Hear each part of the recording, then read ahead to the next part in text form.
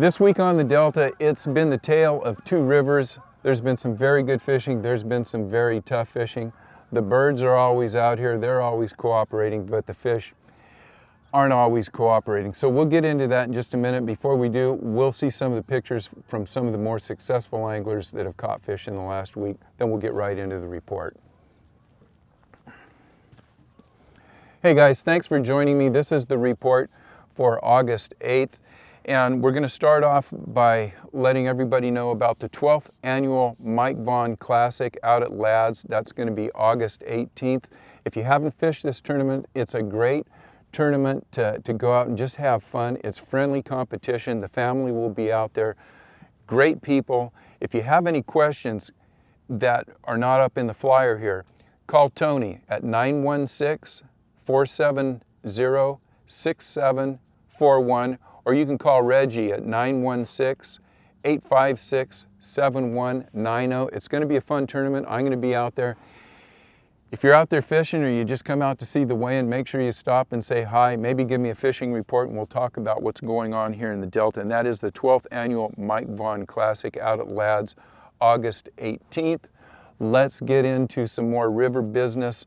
Let's talk about a giveaway that I did I guess 2 weeks ago. I forgot to announce the winner. I asked a question, who lives in a pineapple under the sea? And the first person that was going to answer that question properly was winning a bottle opener that I got from Sal from Delta Glides, real cool custom-made bottle opener.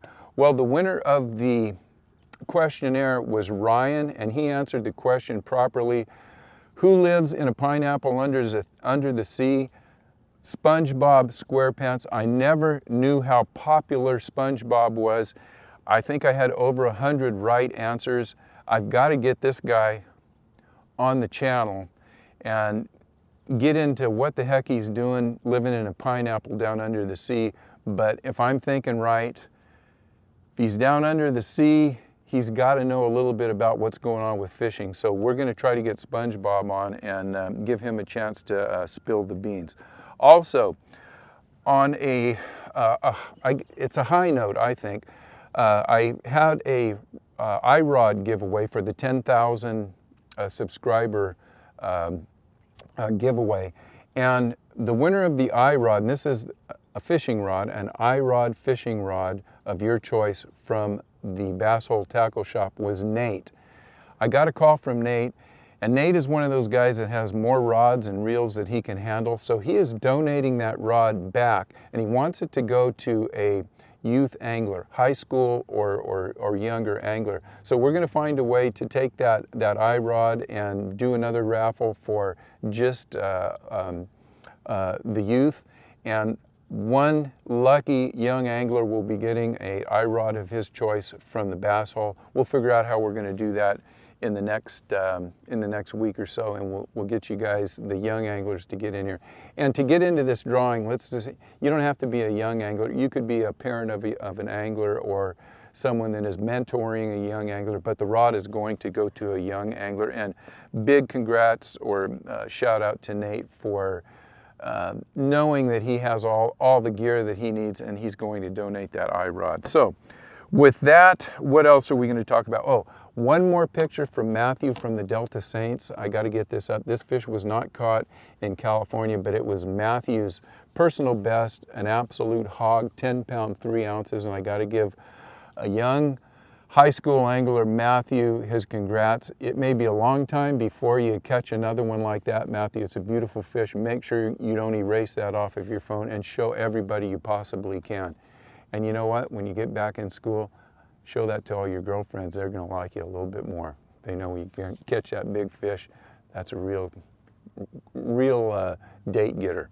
Okay, let's get off of that and let's get right into the report. Number one, water temperatures out here on the Delta have dropped. The last couple weeks they've been 80 to 83. We've had some, and we had 105, 106 degree weather temps. I think earlier in the week we had a couple days that were right around 100, but we have had cooler weather and much cooler nights. The water temperatures in the morning have been about 73 degrees. That's a 10 degree surface temperature drop in the last week. I was out this morning. I've been out almost every day, and man, I wish I had better news to tell you what I've been doing, but we'll get into that in a minute. But water temperatures have been consistently around 73 in the morning. By about 10 o'clock, they jump up to about 78. And then they're, depending on where you are, they're topping off probably right around 79, 80 degrees. But we have had a little water temperature cool down. The visibility is about the same, 5 feet in the central delta. I've been getting some reports from down south. We're talking 2 or 3 feet of visibility. So, the water conditions are not what the problem has been with the fish bite out here. Not, if I knew, I'd tell you, but it's just been a tough go the last 2 or 3 days. A lot of spraying going out here, and they're going to continue to spray the subsurface vegetation probably for another couple months, so that's just something that we're going to have to deal with. A lot of folks are saying, man, I had this spot and I was doing really well, and I came out the next week and either it was brown or they've sprayed, and you're constantly having to look out here and find new water.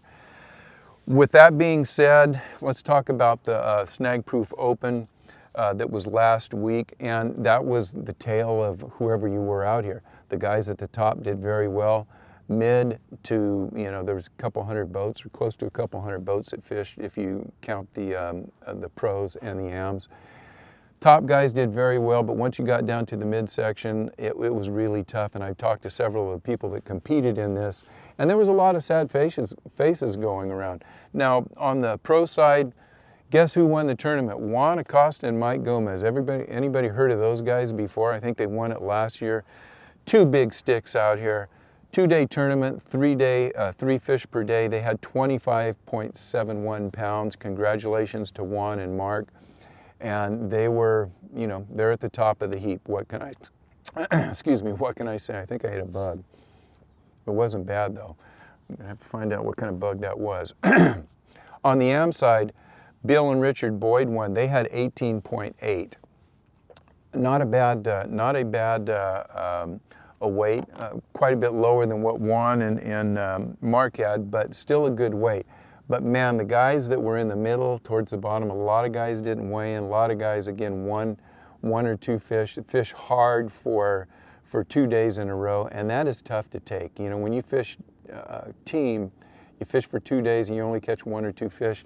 That's tough fishing. And for the average guys, if you want to fish frogs, they are taking frogs, but don't expect to come out here and get any gimmies. It's been a tough go.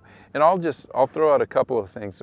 One of my friends, Christian Ostrander, and his partner Mark, they were on the pro side. I think they had something like 18 pounds the first day, 18, 19 pounds. They were in first place. Mark had an 8-pound fish. Second day, they lost their tide and they came in with 3 pounds, and they dropped from first to I think 9th. That's not going to happen very often with Christian and Mark, but it goes to show you it can happen to anyone. Now on the other side of that, Phil Lago, another friend of mine and friend of the channel. Phil's always sending me reports. Phil was on the AM side. Him and his partner Zeke, they started off terrible Saturday, and they ended up coming out Sunday, just fished different water, found a different area, and they jumped up like 25 spots. Phil had a 6th place finish. So it works either way. There's no rhyme or reason out here right now. So with that, let's get into the report, and the reports that I got at the beginning of this last week. Wednesday, Thursday, Friday, Saturday, everybody was catching fish. I was catching fish. I was having a ball. It's junk fishing. Fish what's in front of you. Throw a worm, throw a chatterbait, throw a crankbait, throw a topwater in the morning. Everything was going well. That was that full moon phase. We had good tides. As soon as that tide started to slow down, the fishing really started to slow down. It really took a dive for me. And I've been out every day, I think, for the last week. The last 3 or 4 days for me have been a real grind, and I've seen the activity in the fish just drop off. Whether you're fishing first light, and I've been out at first light, I've been out after dark, and I fished through the day, and nothing has really paid off fantastically for me.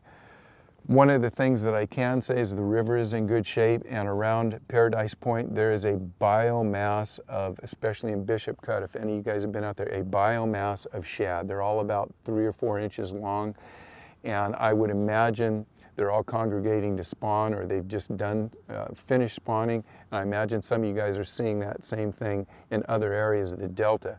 One of the things that's changed in the last week is a lot of people have been talking about throwing shad colors instead of crayfish colors.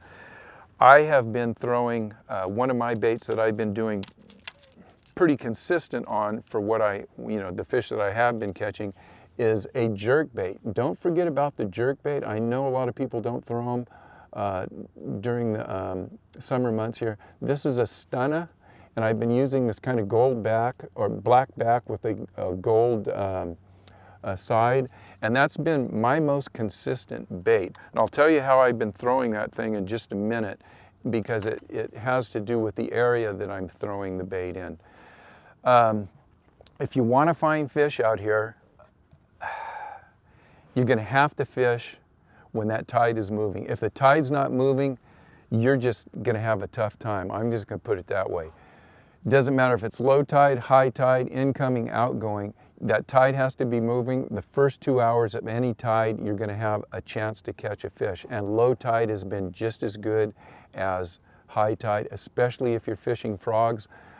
Most of the folks in the frog tournament, when they had their luck, they were fishing in less than a foot of water, a foot or two of water. What happens is, as that tide bottoms out, those fish are still on the flats, and they will come up for the topwater frogs. Once that tide comes up, those fish probably don't move, but when they have 2 or 3 feet of water on top of them, they're not coming up for the frogs. So if you're fishing frogs, don't be afraid to fish low tide and shallow water. Once that tide starts moving up, you can go to a topwater bait. And again, you guys know I throw the bubble walker. This is the one I've been throwing.